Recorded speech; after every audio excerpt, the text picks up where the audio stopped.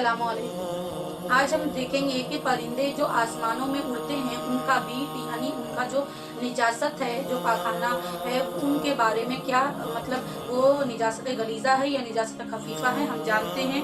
जो परिंदे ऊंचे उड़ते हैं उड़ते उड़ते नहीं हैं, जो परिंदे आसमानों पर ज़्यादा ऊंचे नहीं उड़ते हैं, ज़मीन पर रहते हैं, जैसे मुर्गी और बत्तख, उनकी बीट यानी पाखाना इंसान के पाखाने और पेशाब की तरह निजासत गलीज़ा है। यानी जो परिंदे ज़मीन पर रहते हैं जैसे मुर्गी बत्तख वगैरह, इनके जो बीट है वो इंसान की तरह, इंसान की पाखाने और पेशाब की तरह निजासत गलीज़ा है। और जो परिंदे ऊपर उड़ते हैं आसमानों पर, उनमें जो हलाल है उनकी बीट पाक है।